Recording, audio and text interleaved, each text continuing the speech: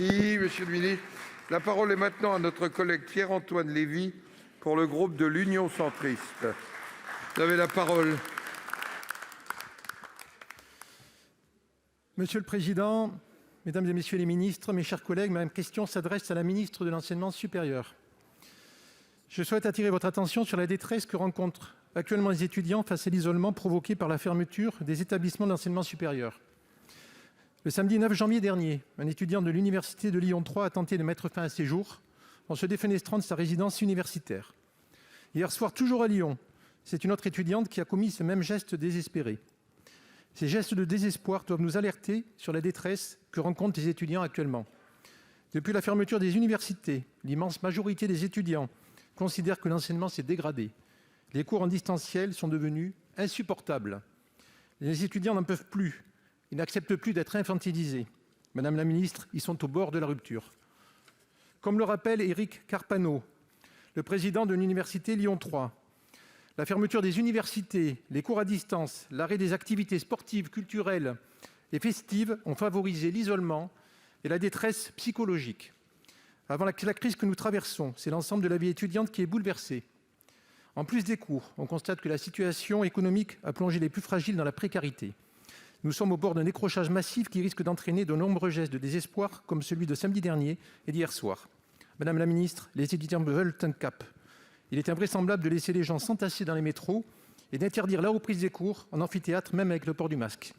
Il en va de la qualité de leurs études, de la reconnaissance de leur diplôme sur le marché du travail et surtout de leur état de santé physique et mental. Ma question est simple, Madame la ministre. Face à l'urgence de la situation et pour éviter une succession de drames, que compte faire l'État pour apporter une réponse concrète à ces étudiants en détresse? Pour vous répondre, la parole est à la ministre de l'Enseignement supérieur, de la Recherche et de l'Innovation. Madame Vidal, vous avez la parole. Merci, Monsieur le Président, Mesdames les sénatrices, Messieurs les sénateurs.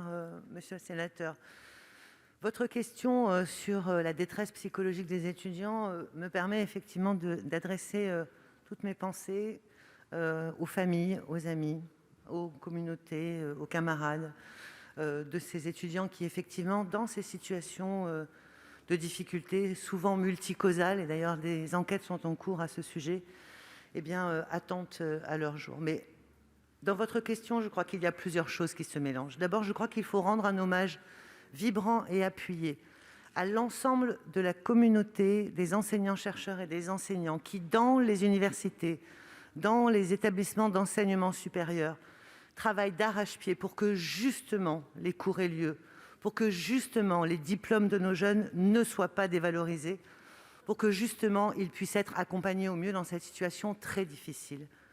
Pendant ce deuxième confinement, nous n'avons pas fermé les universités, monsieur le sénateur.